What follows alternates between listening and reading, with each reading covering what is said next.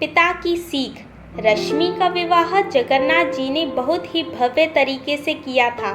अपनी सामर्थ्य के हिसाब से उन्होंने बहुत दिया, कर्ज भी बहुत सिर पे चढ़ गया था। इकलौती बेटी को ससुराल वाले ज्यादा न सुनाए, इसके लिए उन्होंने ये सब किया था। बेटी ने कितना कहा, पापा मुझे अपने पैरों पे खड़ा होना है, पर बीवी अक्सर बीमार रहा करती थी, तो उन्होंने सोचा कि चलो बीवी की बात मान लेते हैं, वरना बेटियों को इतनी प्यारी होती हैं कि उन्हें कौन विदा करना चाहता है। पर यही रीत है, राजा जनक को भी बेटी विदा करनी पड़ी थी, तो हम कैसे बेटी को रख सकते हैं। अपनी हैसियत के हिसाब से जगन्नाथ जी ने बहुत देन लेन किया था, लेकिन बेटी की सास का चेहरा देख के लग नहीं रहा था कि वो खुश हैं। रश्मि की माँ कह रही थी, हाय मेरा दिल बैठा जा रहा है, जाने कैसे लोग हैं, फूल सी बेटी दे दी, फिर भी चेहरे कैसे बना रखे हैं, जाने कैसे रखेंगे मेरी बेटी को। विदाई के बाद रात आंखों में ही कटी। राजेश, रश्मि का भाई, पगफेरे की रस्म के लिए रश्मि को लेने गया। वहाँ भी अच्छे से उसका स्वागत नहीं हुआ।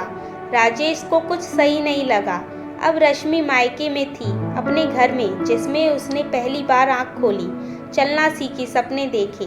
बचपन से यही सुनते आई थी कि तुम्हें पराए घर जाना है। उधर ससुराल में सबने कहा, अब यही तुम्हारा घर है, लेकिन अपना सा क्यों नहीं था ये घर, माँ के आंचल की महक क्यों नहीं थी यहाँ। ऐसे ही सवाल रश्मि के अंतर्गत में चल रहे थे, पर जवाब किससे मांगे। विवाह के बाद पहली बार मायके आई बेटी का स्वागत सप्ताह भर चला। सप्ताह भर बेटी को जो पसंद है वो सब किया गया।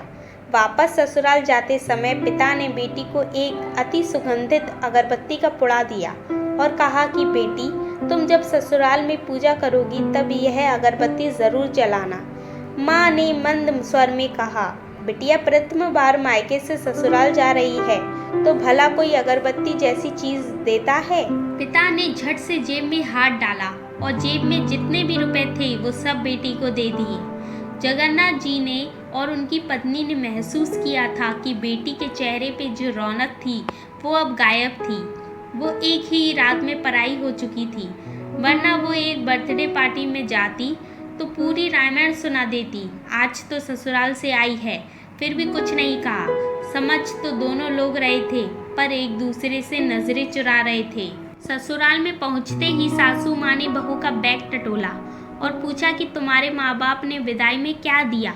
कुछ विशेष न मिलने पर उसकी नज़र अगरबत्ती के पुड़े पर पड़ी।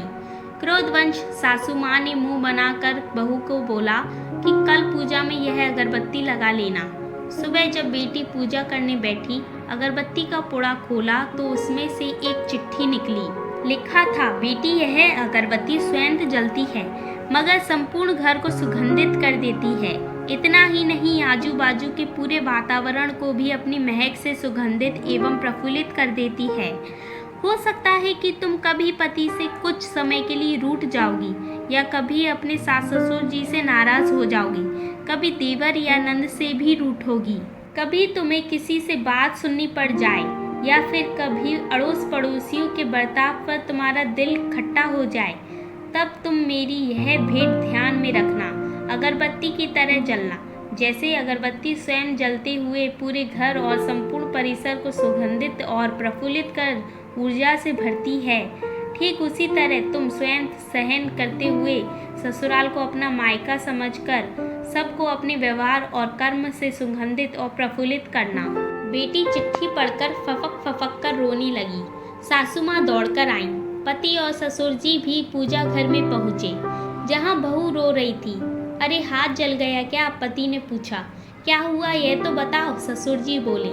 सासू माँ आजू बाजू के सामान में कुछ है क्या यह देखने लगी, तो उन्हें पिता द्वारा सुंदर अक्षरों में लिखी हुई चिट्ठी नजर आई। चिट्ठी पढ़ते ही उन्होंने बहू को गले से लगा लिया और चिट्ठी ससुर जी के हाथों में दी।